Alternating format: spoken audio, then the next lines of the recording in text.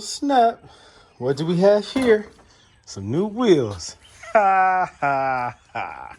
All righty, let's see what we have.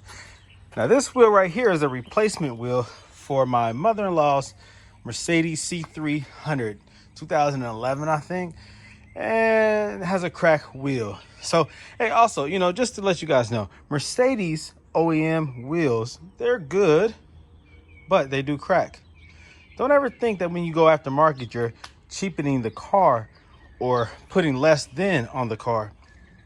Sometimes aftermarket wheels are actually an upgrade to Mercedes wheels. Mercedes wheels are known to crack. Fact. Anyways, here goes a replacement. Let's see.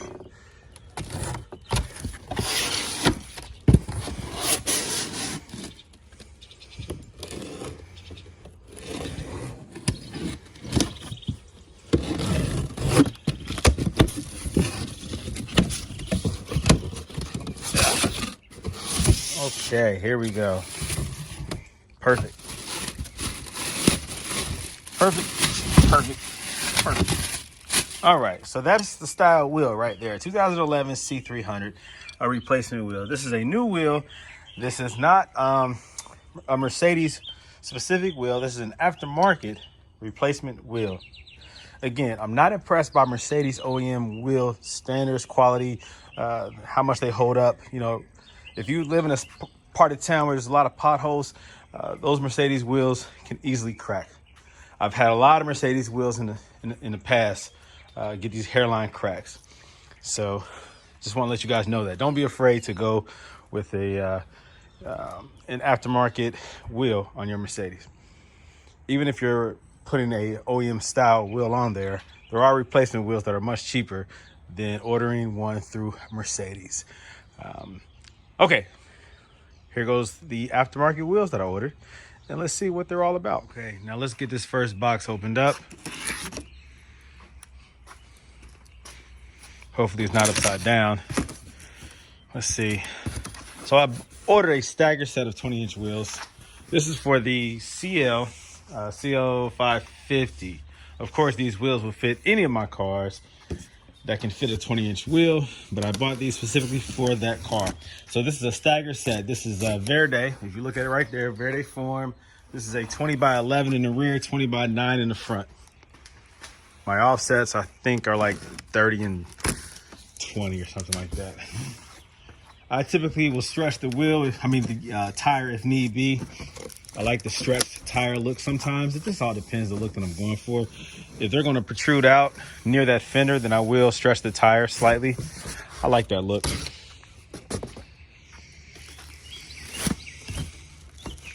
Whenever you order some wheels, some brand new wheels, always open every box. Because when you go to get your tires put on at a location, your wheel, your tire installation place of choice, your shop that you take your wheels to get the tires mounted and balanced, you don't want them to say, oh man, that scratch was already on your wheels.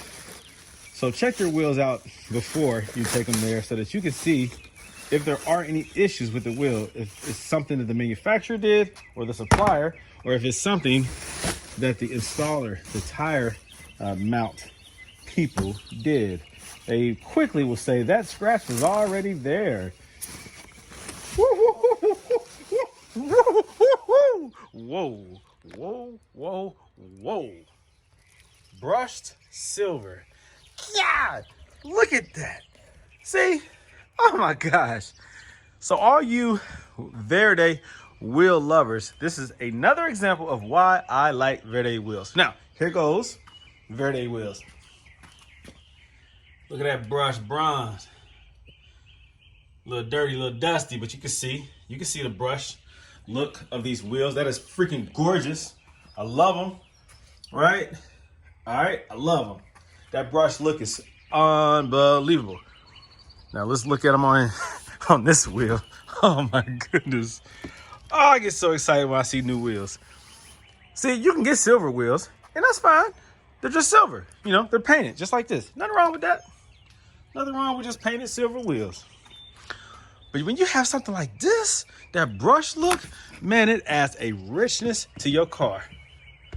Now, my personal opinion, I don't like the machine finish look of wheels. The machine finish over time typically does oxidize and look horrible. Silver is always acceptable because you can always repaint those. That's easy to do. But this brush look, that's something special. That's something special. It almost adds a texture to the wheel. Even though it's smooth, it just has a definition, a detail to it that you just don't get with most wheels. A classy, beautiful, just sexy, aggressive appearance. And this is staggered. So these are also deep concave. I told you that the offsets are like 20 and 30, I believe. I don't know which wheel this is. Is this the 20 by 11? I don't know. Let me see. I have to pull the box out to see. Pull the wheel out. Hold on one second. Okay, so I pulled the wheel out. Look how wide this wheel is. I don't even want to put it down. This wheel is wide. This is the 20 by 11. And the offset on this one is 30. This thing is crazy. Hold on. Before I put this thing down, let me lay something down. I can lay it on. Hold on. Got it. Look at this thing.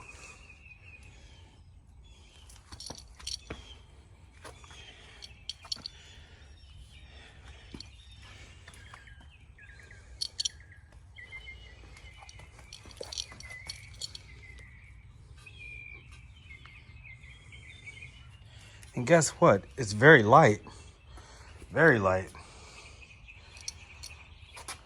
Very light.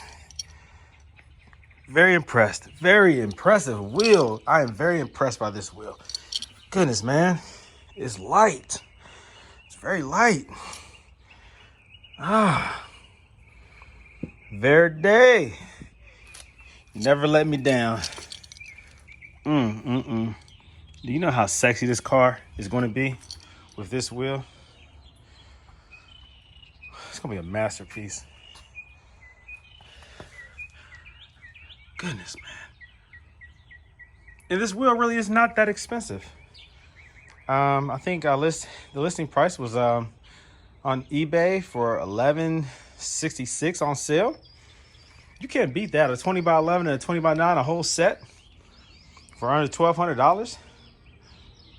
You might want to consider buying this wheel. I know everybody has their own style, and some people don't like other people to bite their style, but I really don't give a crap. I'm not the only person that's going to have this wheel. If you like this wheel, buy it. I might even add the link to this video. Now, I think on eBay, they only have so many left.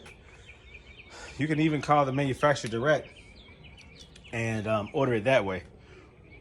I'm not going to say that that's what I did, but I'm no fool. I try to save money any way I can. So this is excellent.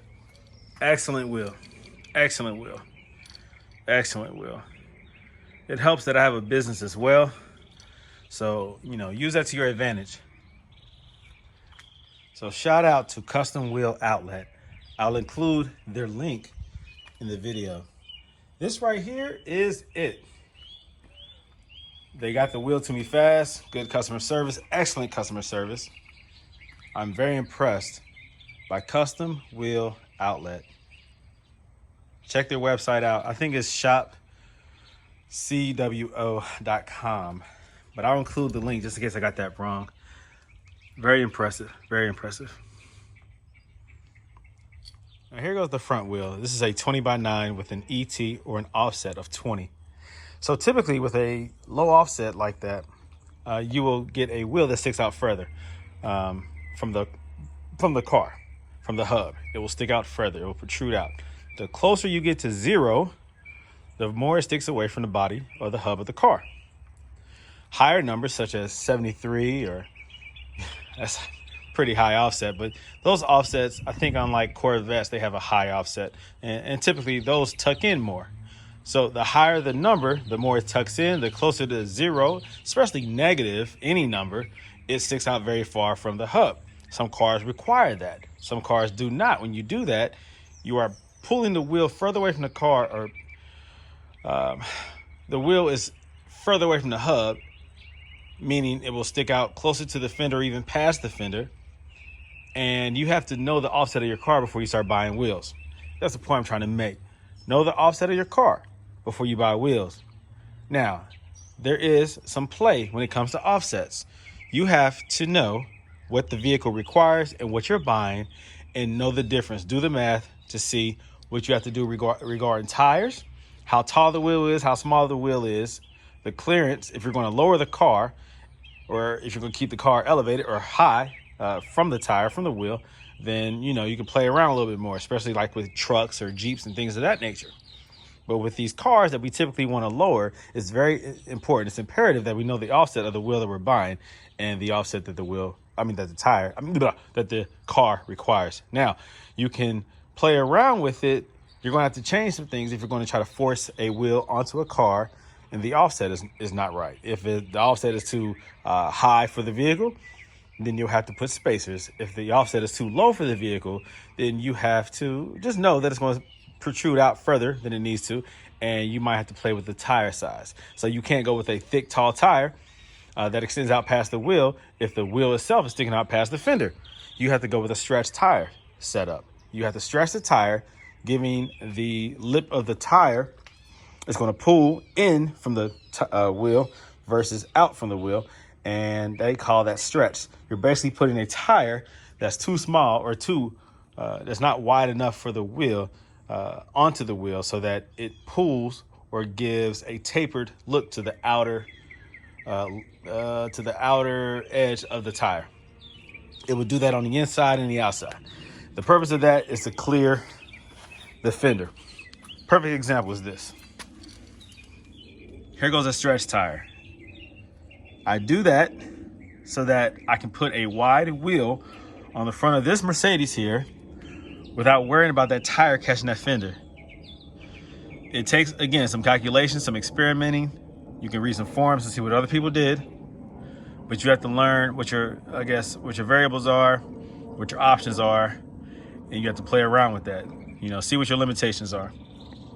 You don't want to waste money and have tires mounted and unbalanced. Mounted and unmounted. I've done that before. I thought that the setup was correct and it wasn't, and so I've had to dismount tires and then remount the proper size. Anyways, so with this right here, it exposes the lip. The lip of the wheel, obviously. And so you have to know that when you're driving around, you can't get too close to curves. When you're parking on the side of the street, you just have to know that this exists. What this does is it makes your wheel more susceptible. When you hit potholes, it will destroy that wheel. There's nothing to protect the wheel, the lip of that wheel. Just know that, okay? I'm not telling you what to do. I'm just telling you what a lot of people do. If you go to car shows, you see this all the time. A lot of customized or modified vehicles have stretched tires. This is why. Do what you want to do. I'm not telling you what to do. There's going to be critics who say that's dumb to do that, blah, blah, blah. But I'm telling you this, if you do it the right way, you're not risking busting tires like you think. You say, oh, the rim is less protected, this, that, and the other. Listen, when it comes to car customization and modification, these are things that you do. These are ways to make your car the way that you want it to be, the setup that you want. In this case, this CL500 is lowered. And now if it was at stock height, then I probably wouldn't do this. I wouldn't have to do this. But because I don't have the stock height, it is what it is. I have 20 by 10.5 in the front, 20 by 10.5 in the rear. This gives the car the look that I want, that wide, lowered stance. It is the look that I want. Now, I have more room to play with on the CL550 because it is a bigger car, bigger chassis, and I have bigger wheel wells, and I have much more play, much more room to do some modification. I will install the wheel first to see how far it's going to stick out from the hub, and I'll see how much tire stretch I need. Again, this is closer to an S-Class chassis, so I have a whole lot more room. I can put 22s on a CL550. People do that all the time. So at 20, I have a lot of play. I have a lot of room, a lot of clearance. And I'll just do what looks best and what works best and what is safest for the look that I want. I believe in extreme setups, but I also want to be safe. Okay, that's enough of that. I'm going to check these last two, make sure everything looks good. Now, assuming that this has an offset, well, this does have an offset of 20. I did expect for this wheel to have a deeper concave look, but the design of the wheel, instead of pulling the spokes, I'm sorry, not the spokes. Yeah, the spokes. Okay, I'm tripping. This is like too early in the morning for me. Anyways, so the spokes of the wheel, I would assume had it would have had a deeper concave because it's a 20 offset. But that's not the case. The way that this wheel is designed, you have more added to what connects to the hub to compensate for the lower offset than actually bringing the spokes in deeper. So the rear looks pretty good. That's a 30 offset. The front is a 20. I just really expected it to be a little deeper. I had the same situation with my Rohana gold wheels, the RFX5s. I would have expected with a lower offset that it would have been way deeper in the front, but it was not. And so it's okay. It's all right. It's all right. It's all right. I'm not mad at all. Again, it's decently concave, just not as deep as I expected. And it's going to be a good look. This is for the front. This is for the front. And that's typically why I go with low offset wheels, is to get that deep concave look. I don't expect most wheel manufacturers to bring that hub in closer by making this thicker. Typically, they just bring the spokes closer. But it's all good. Okay, so like this is the look that I like right here. Ooh, wee, look at that concave look. That's deep. Boy, that's deep. That's how I like it. Deep. All right. Okay, I'll open up these last two, and I'll put these wheels up, and I'll figure out what tire size I'm going to go with and what tire manufacturer I'm going to go with.